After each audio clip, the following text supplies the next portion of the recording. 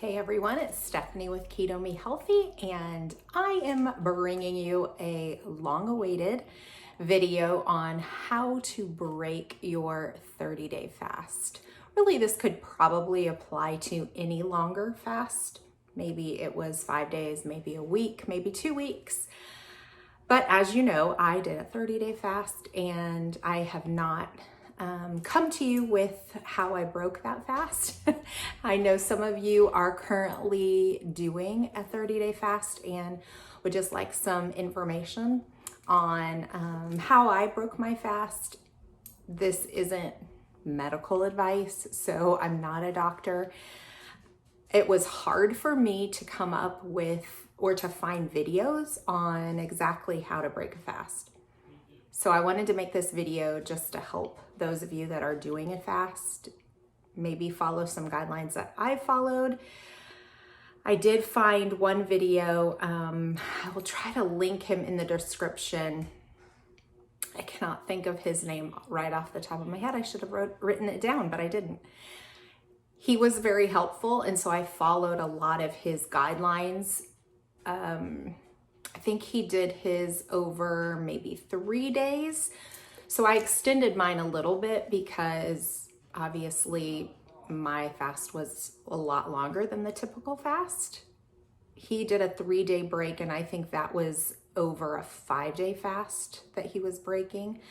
So, you know, the longer you fast, the more slowly you have to transition into eating again. Mine was a little different too because my fast breaking was over Easter weekend, and then right after Easter I left on spring break vacation. So I had to kind of plan accordingly with that as well. But I just wanted to kind of go over what I did. So on day one, I kind of did it over a 5-day period. So day one, I'm looking at my notes. On day one, I did just bone broth. So I got the kettle and fire from Thrive Market, and I will place a coupon code in the description if you'd like to go to Thrive. You get great deals, and they have a lot of freebies too that they give you when you order. So anyway, I drank 3 containers, 3 boxes. Now they're not that big, but it was delicious. It was probably the best soup I've ever had in my life after not eating anything for 30 days. So they have lots of different flavors of bone broth, which was nice. I think I had, I might have to look up what exactly I drank. In fact, maybe I'll insert that little video here, because I believe I took a video of me taking my first sip of bone broth. It's pretty amazing.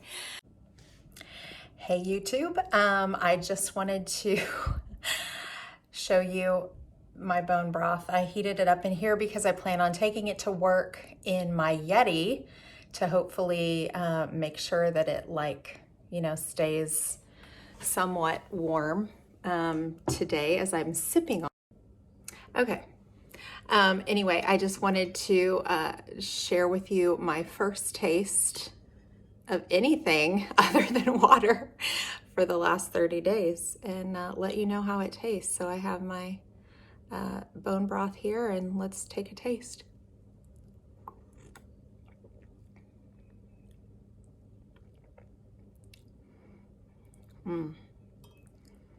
It's better than water. It's a really, wow.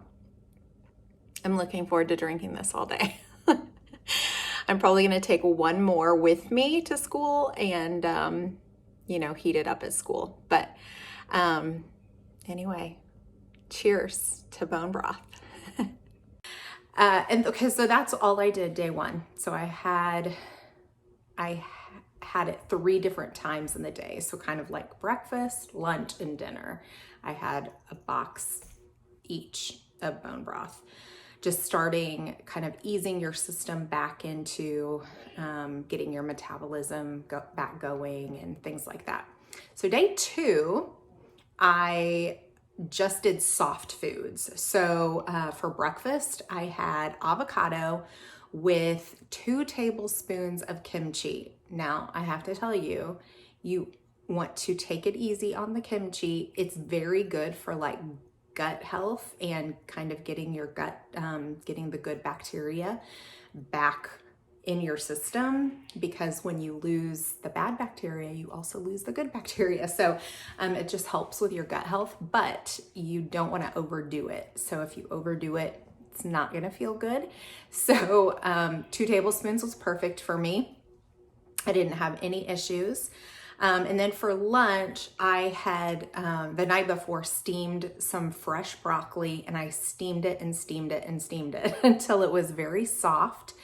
I also put some butter and while I was steaming it on the broccoli, and then in the morning when I was packing my lunch, I sprinkled it with some olive oil and salt and pepper. So that was really all I had for lunch that day, was just this soft broccoli. And then for dinner, I cooked some cauliflower rice, and I had gotten from Sprouts, which is our health food store, but you could probably find it at any health food store. It was probiotic cottage cheese. Again, just trying to like get some good probiotics back in my system. And I will also say that on day 2, I started taking a probiotic.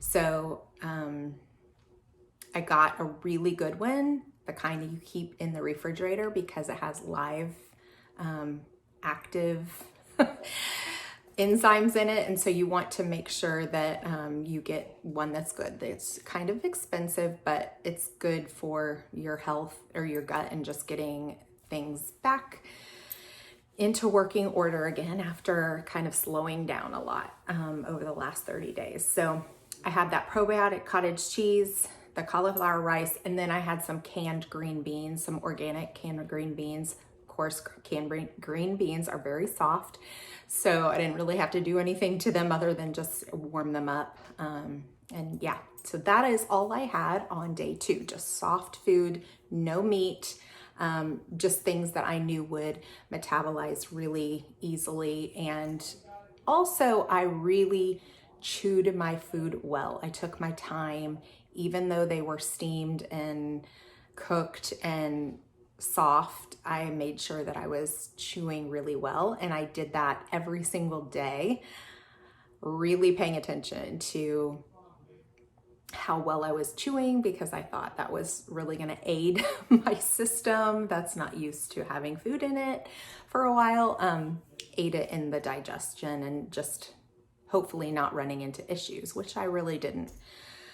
Day 3 was, this was a day I added eggs back in. So I hadn't had eggs until this point, but I did 2 scrambled eggs. Make sure you're using good organic, cage-free, free range, all of those things. Get really good eggs, because your system is open to a lot of things. And so you just want to make sure you're eating good food when you're breaking a long fast like this. So scrambled eggs, and then I put a little bit of spinach artichoke dip that I had gotten at our health food store. So it was like spinach, artichoke, Parmesan, like cheeses. I hadn't had any of that, any milk products yet. So I didn't have any issues in the morning with putting that on my eggs. So then for lunch, I had an avocado, drizzled it with olive oil, salt and pepper, and that's what I had for lunch. For dinner, I did some more steamed broccoli, some more cottage cheese, and then some cauliflower rice.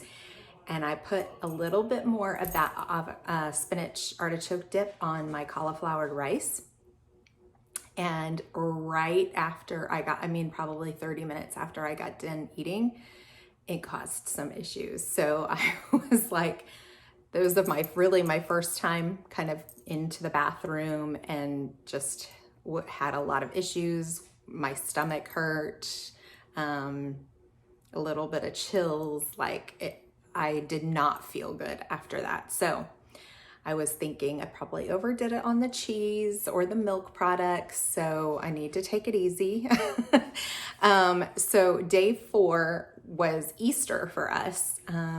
My stomach still was not feeling great from, I think, the spinach artichoke dip the day before. So I actually didn't eat breakfast that morning because I wasn't feeling good.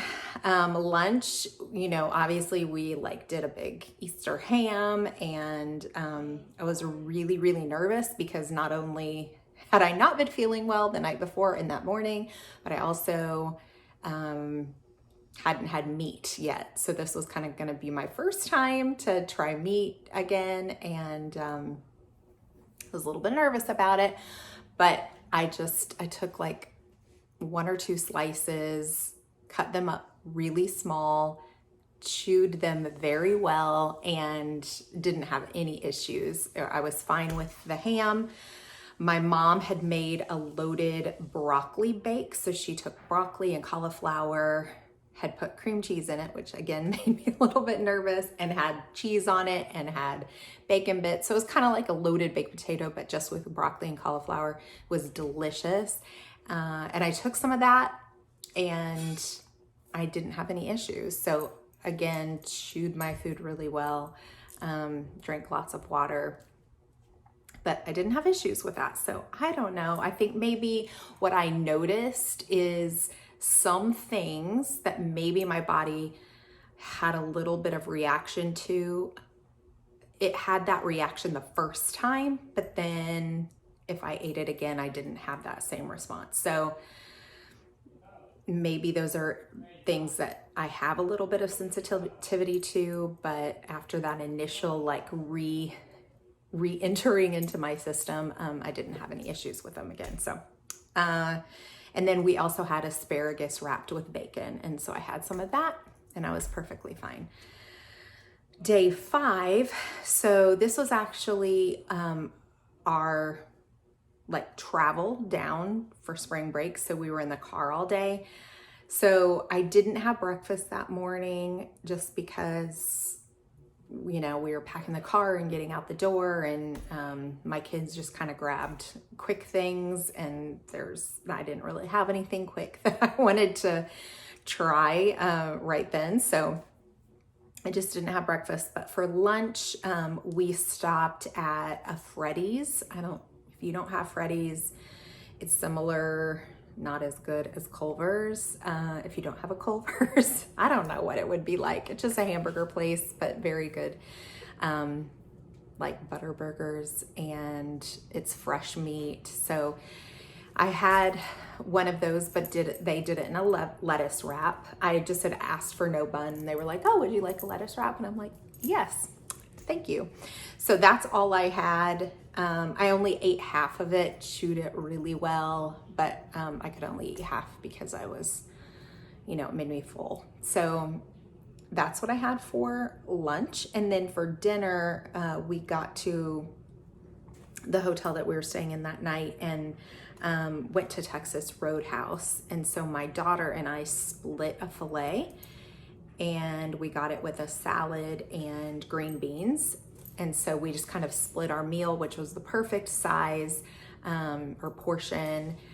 Again, with the meat, I made sure I cut my meat very small pieces and chewed very well. This was also the first day that I had had salad, because raw vegetables, especially salad, because it's so fibrous, is really hard on your digestive system. And so I hadn't really had any raw vegetables until this night. So again, a kind of little trepidatious going into is this gonna mess my system up? But chewed really well, and the salad was fine. So I didn't have any issues with that.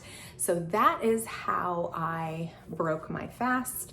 And I really didn't have much issues other than that one time, the second time I had the spinach artichoke dip, but I think that was maybe just too much milk and cheese for my system at that point. But I've had plenty of it since then and haven't had any issues. So my number one advice would be just take it slow.